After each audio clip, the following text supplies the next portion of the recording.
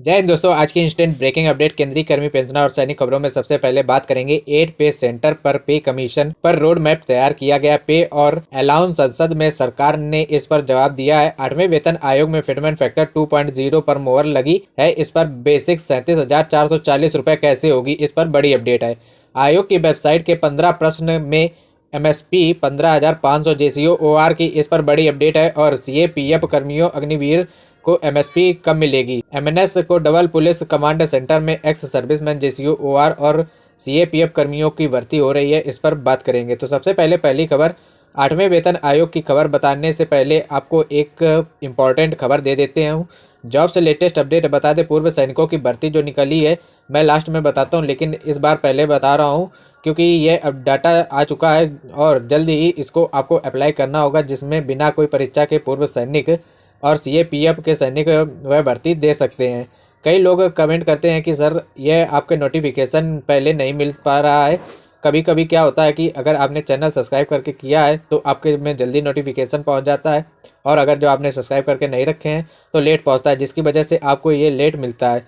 तो मैं पहले आपको खबर इसलिए दिखा रहा हूं क्योंकि इसकी डेट आ चुकी है। बंजारा हिल्स स्थित तेलंगाना एकीकृत सम्मान और नियंत्रण केंद्र में स्थायी आधार पर विशेष पुलिस अधिकारी ड्राइवर के रूप में भर्ती आओ जो है, इसके लिए आवेदन आमंत्रित किए गए हैं। तेलंगाना राज्य के पूर्व सैनिक और अर्धसैनिक बलों के निवृत्त कर्मियों के लिए 28 नियुक्ति जिसमें दी गई है, जिसमें जो आयु 28 फरवरी से 2026 से 58 साल से ज़्यादा नहीं होनी चाहिए, वो लोग इसके लिए पात्र हैं। जो 2 वर्ष के अंदर सेवानिवृत्त हुए हैं, इसमें बता दें जो एड्रेस है वो आवेदन करने के लिए तेलंगाना एकीकृत कमांड और नियंत्रण केंद्र, road number 12, Banjara hills, Hyderabad के स्वागत केंद्र में 10 फरवरी से 15 फरवरी 2026 के बीच में 11 बजे से शाम 5 बजे तक व्यक्तिगत रूप से फॉर्म जमा कर सकते हैं। बता दें आवेदन 15 फरवरी लास्ट डेट है, और इस पर आवेदन के लिए अगर आप जानकारी आप लेना चाहते हैं, इसके हेड हैं ए गोपाल रेड्डी, जिनका कॉन्टैक्ट डिटेल दिया गया है 8721674111 पर संपर्क कर सकते हैं। जो उम्मीदवार इसके लिए अप्लाई करना चाहते हैं वो तेलंगाना के ही रहने वाले होने चाहिए। 26,000 इसके लिए मासिक मानदेय दिया जाएगा। अवकाश की भी इसमें सुविधा दी जाएंगी। तो जो पूर्व सैनिक तेलंगाना के लिए हैं वो तेलंगाना में उनके लिए अच्छा मौका है, इसके लिए आप भर्ती देख सकते हैं। अब 8वें वेतन आयोग से संबंधित 2 बड़ी खबरें आई हैं।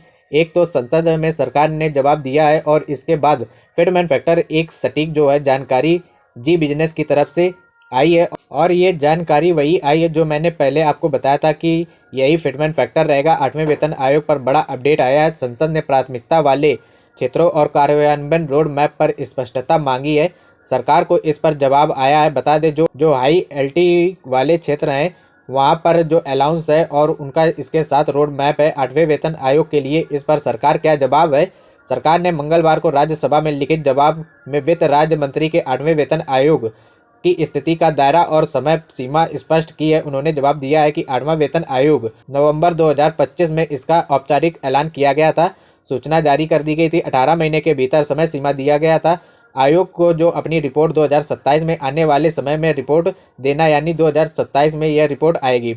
सरकार ने यह कंफर्म कर दिया। हड़ताल जो होनी थी 12 तारीख यानी कि आज, उस हड़ताल को लेकर सरकार चिंतित है। इस पर भी सरकार ने कहा है कि जो संघ और कर्मचारी हड़ताल कर रहे हैं उनके लिए बता दें, केंद्र सरकार के जो कर्मचारी हैं, जो कर्मचारी संघ ने वेतन और पेंशन संबंधित मुद्दों पर त्वरित कार्रवाई की मांग की है। 12 फरवरी 2026 को राष्ट्रव्यापी 1 दिवसीय हड़ताल का ऐलान किया गया है। प्रमुख मांगों में से 20 अंतरिम राहत तुरंत दी जाएगी, 50 महंगाई भत्ते को मूल वेतन में विलय किया जाएगा, और उसके बाद 8वां वेतन आयोग फिटमेंट फैक्टर उसमें लगाए। यूनियनों की यह मांग है कि और ओल्ड पेंशन स्कीम की भी उन्होंने मांग की है कि 8वें वेतन आयोग में इसको भी बारीक से देखा जाए और समझा जाए। एक दूसरी बड़ी खबर है जी बिजनेस की आई है। जी बिजनेस में मोहर लगाई गई है कि फिटमेंट फैक्टर कितना मिलेगा और बेसिक सैलरी कितनी रहेगी। इसकी जानकारी मैंने पिछले वीडियो में बताई थी कि असली फिटमेंट फैक्टर कितना हो सकता है, उसकी जानकारी जी बिजनेस में भी खबर स्पष्टीकरण किया गया। बता दें केंद्रीय कर्मचारियों के लिए 2026 में सिर्फ नया साल नहीं बल्कि सैलरी का टर्निंग पॉइंट बनने जा रहा है। 8वें वेतन आयोग को लेकर सवाल महीने में धूम मचा रहे हैं। अब उनके जवाब धीरे धीरे साफ दिखने लगे हैं। कितनी होगी बेसिक सैलरी, कितना, इसको एक नज़र में इसमें जानकारी दी गई है। 8वें वेतन आयोग के बाद न्यूनतम बेसिक सैलरी 34,560 रुपये से लेकर 37,440 तक की जा सकती है। फिटमेंट फैक्टर 1.92 से लेकर 2.08 के बीच रहने की सबसे मजबूत संभावना है, यानी कि 2.8 और 1.92 के बीच रहेगी। मैंने पहले भी बताया था कि 1.98 और 2 पॉइंट के बीच में ये फिटमेंट फैक्टर हो सकता है। नया वेतन आयोग लागू होते ही DA 0% कर दिया जाएगा, यानी कि शून्य से शुरू होगा। HRA, transfer, grant, TF, gratuity और पेंशन सब कुछ नए सिरे से किए जाएंगे। पे लेवल 1 से लेकर 6 के कर्मचारियों के इसका फ़ायदा मिलेगा, वहीं 1.92 से लेकर 2.8 तक फ़ायदा मिल सकता है। 7वें वेतन आयोग में करीब जो DA है वह 60% पहुंच चुका है। 1.6 फिटमेंट फैक्टर ऑलरेडी बन रहा है। 8वें वेतन आयोग में जो फिटमेंट फैक्टर है वह यह संभावना जताई गई है कि जैसा मैंने आपको पहले ही बताया था।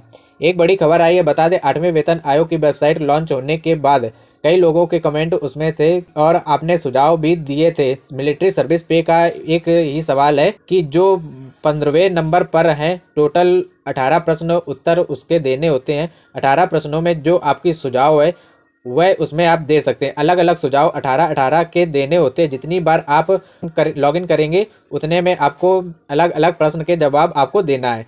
तो मिलिट्री सर्विस पे जो है वह 8वें नंबर पर है। अपना सजेशन दिया था कि मिलिट्री सर्विस पे JCO OR की भी बराबर होनी चाहिए और जो अग्निवीर हैं उन्हें भी मिलिट्री सर्विस पे मिलनी चाहिए। यह मैंने उसमें डाला हुआ है और जो सुझाव उसमें मांगे गए हैं, हालांकि यह सुझाव माने जाते हैं कि नहीं, लेकिन आप लोग भी अपना सुझाव जरूर डालें। 15वें नंबर पर मिलिट्री सर्विस पे का जरूर उसमें डालें। एक पैरा मिलिट्री फोर्सेस का भी मानना है कि जब MNS को MSP मिल सकती है तो अग्निवीरों को MSP क्यों नहीं मिल सकती है और अर्धसैनिक बलों को मिलिट्री सर्विस पे क्यों नहीं मिल सकती, जबकि यह लोग सशस्त्र बल हैं और हथियारों के साथ ड्यूटी देते हैं। MNS जो है वह हथियारों के साथ ड्यूटी भी नहीं देते हैं, तब भी उन्हें इतना फ़ायदा दिया जाता है। ऐसा क्यों है? क्यों ऐसा किया जाता है कि जवानों के साथ हमेशा भेदभाव होता है? तो ये थी आज की जानकारी। इस वीडियो में इतना ही। Thank you everyone.